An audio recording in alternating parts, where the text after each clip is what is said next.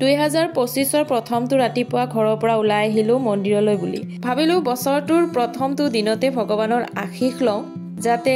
বছৰটো ভালে কুশলে যায় আৰু যদি কিবা সমস্যা আহে সেই সমস্যা যাতে আমি সাহসেৰে সমাধান কৰিব পৰাৰ ক্ষমতাকণ ভগৱানে দিয়ে হেয়াই বিচাৰি ভগৱানৰ ওচৰলৈ বুলি থাপলি মেলিলো আৰু এয়া আমি গণেশ মন্দিৰ আহি পালো আমাৰ অভয়াপুৰী গণেশ মন্দিৰৰ বিষয়ে আৰু আপোনালোকক ক'বলৈ নাযাওঁ কাৰণ আপোনালোক সকলোৱে জানে এটি প্ৰসিদ্ধ আৰু বহু পুৰণি মন্দিৰ হয় এই মন্দিৰটোত সদায় মানুহ থাকে কিন্তু আজি যেহেতুকে বছৰৰ প্ৰথমটো দিন গতিকে আজি আকৌ মানুহৰ ভিৰটো অকমান বেছি হৈছে পুৰণি বছৰ গুচি গ'ল নতুন বছৰ আহিল সকলোবোৰ একেই থাকে মাত্ৰ কেলেণ্ডাৰহে সলনি হয় নহয়নে বাৰু তথাপিতো এই ব্যস্ততাপূৰ্ণ পৃথিৱীখনত এদিন অন্তত নিজৰ আপোনখিনিৰ লগত সময় এনেদৰে অতিবাহিত কৰিব পাৰিলে মনটো বহুতেই ভাল লাগে আৰু তাৰ বাহিৰে নিউ ইয়াৰ বুলি আৰু বিশেষ একো নাথাকে আচলতে কাৰণ এই পৃথিৱীখনত যি হৈ আছে হৈয়ে থাকিব আৰু যি হ'ব লগা আছে সেয়া হৈহে এৰিব নহয়নে বাৰু তথাপিতো আমি মানুহবোৰ যিহেতুকে আশাতে বন্দী আমি ভাবোঁ যে পুৰণি বছৰটো যেনেকুৱা গ'ল আৰু এইবাৰ আহিব লগা বছৰটো যাতে পুৰণিতকৈ আৰু বেছি ভাল হয় আৰু সেই আশা লৈয়ে আমি মানুহবোৰ আজি মন্দিৰলৈ আহিছোঁ ভগৱানৰ আশীষ বিচাৰি নহয়নে বাৰু যি নহওক আমিও চাকি কেইগছ জ্বলাই দিলোঁ যিহেতুকে চাকি জ্বলোৱাৰ ব্যৱস্থা বাহিৰতে আছে আৰু তাৰ পিছত লাইনত থিয় হ'লোঁ অকণমান সময় থিয় হোৱাৰ পিছত মন্দিৰৰ ভিতৰলৈ গ'লোঁ আজি পুৰোহিতসকলেও পূৰা ব্যস্ত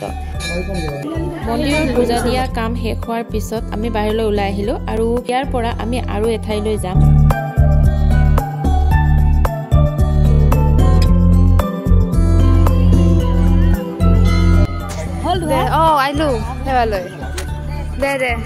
আমি প্ৰথমতে গণেশ মন্দিৰলৈ গ'লো আৰু তাৰ পৰা ওলাই আমি ক্লিন ভিলেজৰ পিনে আমি আগুৱাই আছো এতিয়াও পোৱা নাই ওয়েলকাম ৰাংচাপাৰা আহি গ'লো আমি এয়া ভিলেজ আমি আহিলো ৰাংচাপাৰালৈ অসমৰ ভিতৰতে এখন আটাইতকৈ পৰিষ্কাৰ গাঁও হিচাপে স্বীকৃতিপ্ৰাপ্ত ৰাংচাপাৰা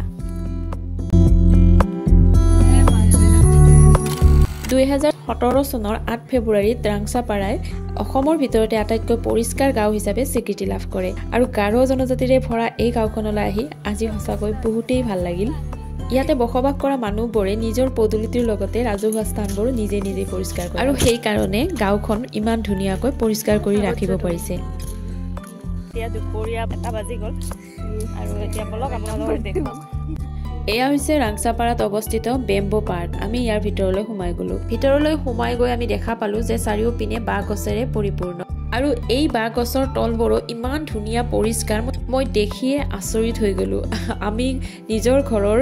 চোতালখন সাৰিবলৈ অকমান কষ্ট অনুভৱ কৰোঁ তেওঁলোকে বাঁহ গছৰ তলবোৰ সাৰি সাৰি ইমান ধুনীয়া পৰিষ্কাৰ কৰি ৰাখিছে আৰু ইয়াত থকা মানুহবোৰৰ চোতালতে হওক বা যিকোনো ঠাইতে আপোনালোকে চকু ফুৰাই যদি কেৱল ফুলেই দেখা পাব বিভিন্ন প্ৰকাৰৰ ধুনীয়া ধুনীয়া ফুল আপোনালোকে যদি ইচ্ছা কৰে ঘৰলৈ লৈ আহিব পাৰিব মানে তেওঁলোকে বিক্ৰীও কৰে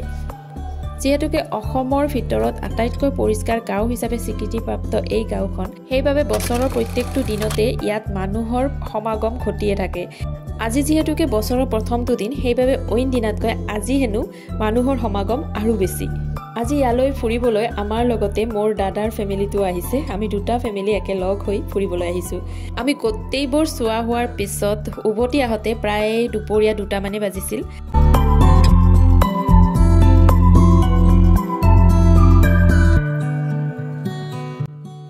ঘূৰি অহাৰ পথত আমি এখন হোটেলত সোমালো দুপৰীয়াৰ আহাৰ গ্ৰহণ কৰিবৰ কাৰণে হোটেলখনত সোমায়ো মই নিজে আচৰিত হৈ গ'লো ইমান মানুহ আছিলে আমি সেইদিনাখন লাইন দিব লগা হৈছিল ভাত খাবৰ কাৰণে আহাৰ গ্ৰহণ কৰাৰ পিছতহে গম পালো যে ইয়াত মানুহৰ ইমান ভিৰ কিয়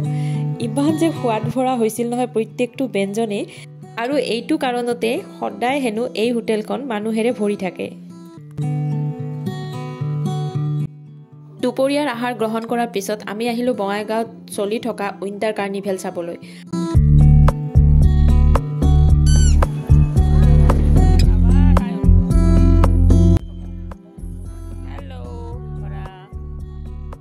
ইয়ালৈ আহি যিখিনি সময় অতিবাহিত কৰিলোঁ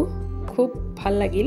আৰু চাৰিওপিনে অকমান ঘূৰিলোঁ আৰু দোকানবোৰো চালোঁ দোকানবোৰতো ধুনীয়া ধুনীয়া বস্তু আনিছে তাৰে কিবা কিবি অকমান আমি ল'লো যেনিবা আৰু তাৰ পৰা উভতি আহোঁতে আমাৰ প্ৰায় সন্ধিয়াই হৈ গ'ল বছৰৰ প্ৰথমটো দিন এনেদৰে কটালোঁ তাকে অকমান আপোনালোককো দেখুৱালোঁ লগতে ফেচবুকত ভিডিঅ' আকাৰত সাঁচি থলোঁ সেই দিনটো গতিকে আজিৰ ভিডিঅ'টো ইমানেই কেনেকুৱা পালে জনাব আজিলৈ আহিলোঁ বাই বাই